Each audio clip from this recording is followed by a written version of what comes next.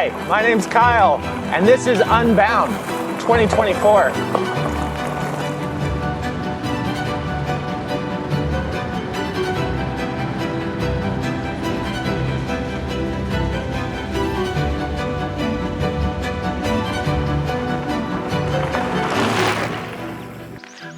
Let me catch my breath. Kyle, if you're just now catching your breath after a short ride, how do you think you're gonna feel on a 200-mile race just like this? Probably dead. Okay, I've come all the way to Kansas to experience Unbound 2024. I was really dumb and signed myself up for the 200-mile race, which is the premier event. We've come out today to do a little bit of course recon and to make a plan for our aid station stops. I've got my crew, Kevin, G-Man, sup, and together, we're gonna rock this.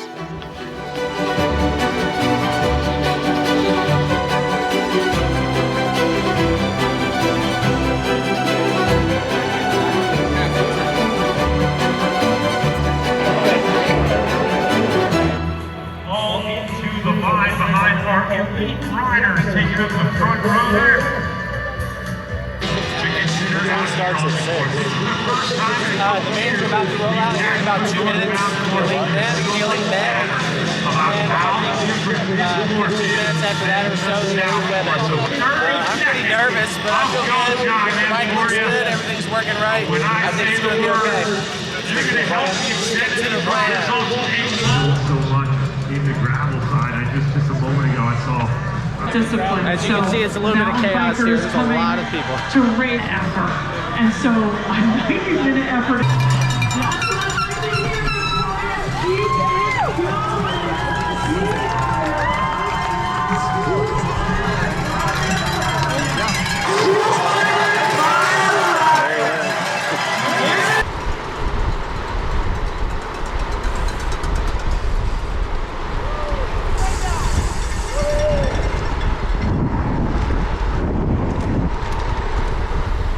Well, that's a good start. My chain fell off.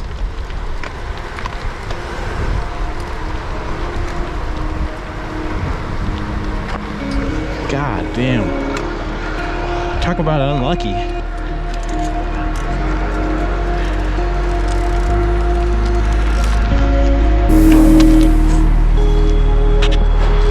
Why does my chain look weird?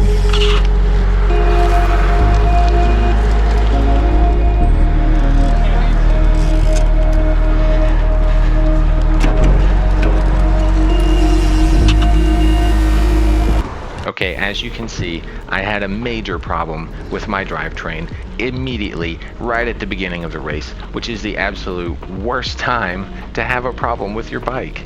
I mean, I wasn't even a mile in.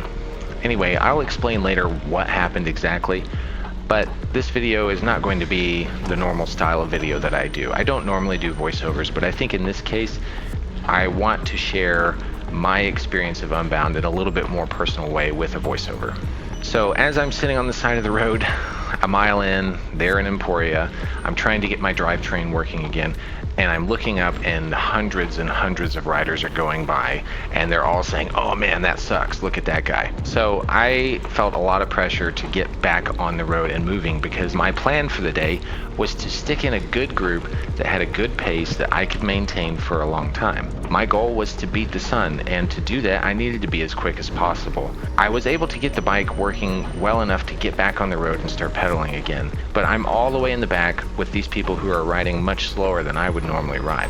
What I'm discovering as I'm riding right now in this moment is that I can use about 5 or 6 of the 12 gears on my rear cassette. If I go any higher or lower, then that middle 5 or 6 gears, my chain will start slipping, start falling off.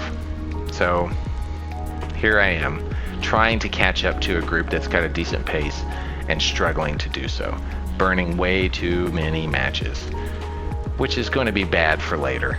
You'll see. Okay, this first section of the course, we're talking about mile 0 to about mile 50, was a blur. It was a blur. I spent the entire time thinking about how I could have goofed up my drivetrain and what I was going to do, how was I going to be able to finish this race with half the gears? So I spent several hours just in my own weird headspace thinking about how this whole race was going to go.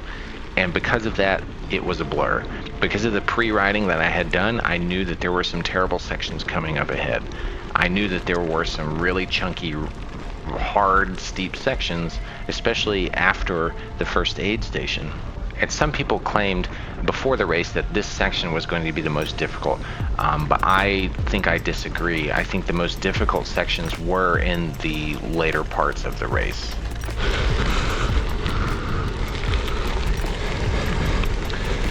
Okay, as you can hear, I'm breathing too heavily. This section is between the first water stop and the first aid station. I skipped the first water stop. I was feeling pretty good, but I was working too hard, and you can hear that. Again, this section, not too bad. I didn't have a problem here. I was riding hard, I felt good, but I did start to feel some discomfort in my stomach, and that would later become a big problem. This guy on my right, the rider in blue, he and I wound up leapfrogging each other all day. Eventually, we would go on to finish together many hours later. You're doing great, man. Yeah, you're doing great. So at this point, I had decided that I absolutely had to stop at neutral support at aid station 1. It was the only way I would be able to make it through the rest of the race. And what the mechanic discovered was that I had stupidly left way too many links in my race day chain. The chain was too long and therefore too loose. So he quickly set me up and put me on my way. Hey guys, we set up all of the stuff we will be using probably. We got it all ready just for our special boy. I don't know.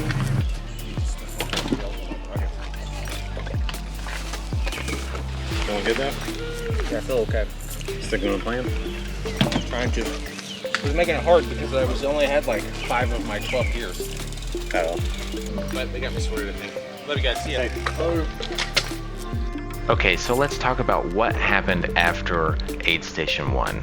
By this point, as you can see, it's no longer overcast. It's starting to get hot. I'm starting to get tired. I'm starting to get dehydrated. And the carb mix that I'm using is making me very sick, which means I'm not fueling properly, which means I'm slowing down and can't pedal and just don't have the gas to go. And you can see right here from my race split that everything starts to unravel right here. I'm sorry, yep, that's gross, but I was feeling really sick. Like I almost threw up multiple times. Okay, this section right here, definitely the most technical, the most challenging, the place where I saw the most people with flats, and the hardest part of the whole race. There were a couple of sections where riders had crashed and they were warning other people on the course to slow down. I myself almost wrecked in a section of deep gravel on a sharp curve after a descent.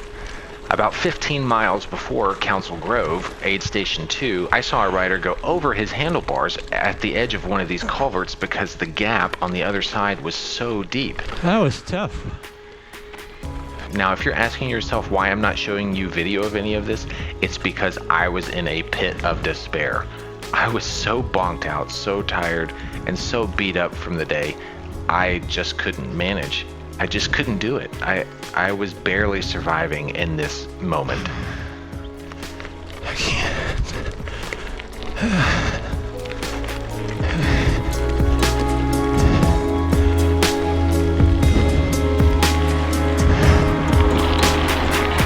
Wow. I think there's no way I can beat the sun at this point.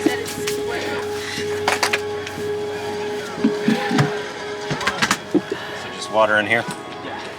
Oh, just water? Yeah, it's making me sick.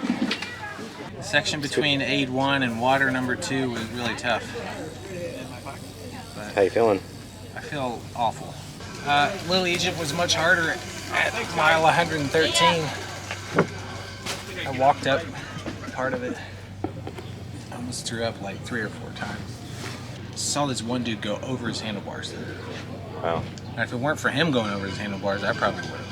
Yeah, there's been several people come through bleeding.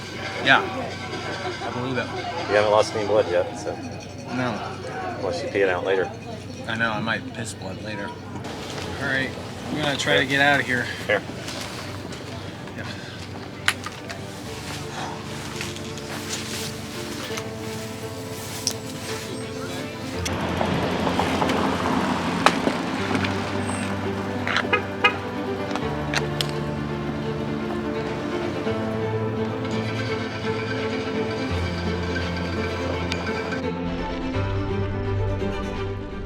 The next 30 miles were the hardest I've ever done in my entire life. I was still bonked. I was still feeling sick. I had no energy and I had no help. I was out here all by myself and there was nothing between me and the finish but 50 miles of rolling hills and endless Kansas gravel. Somehow I managed to keep going. There's no way I was going to let myself not finish this race. And then the sun set and I could finally pedal again. I found a group of 3 or 4 guys. I slammed the gels, we hit the gas, and for the last 20 miles I pedaled as hard as I could and finally made my way back to Emporia at 10 o'clock at night. Shout out to Kyle Bates from Salt Lake City, Utah. Shout out to Zane Alquist from Miami. Big shout out to Benny Andillo from Dallas, Texas. Well done to Steve Jones. And from Squamish, British Columbia, Canada. Great job to Gordon Addison. Good. Tell me about it. It was long.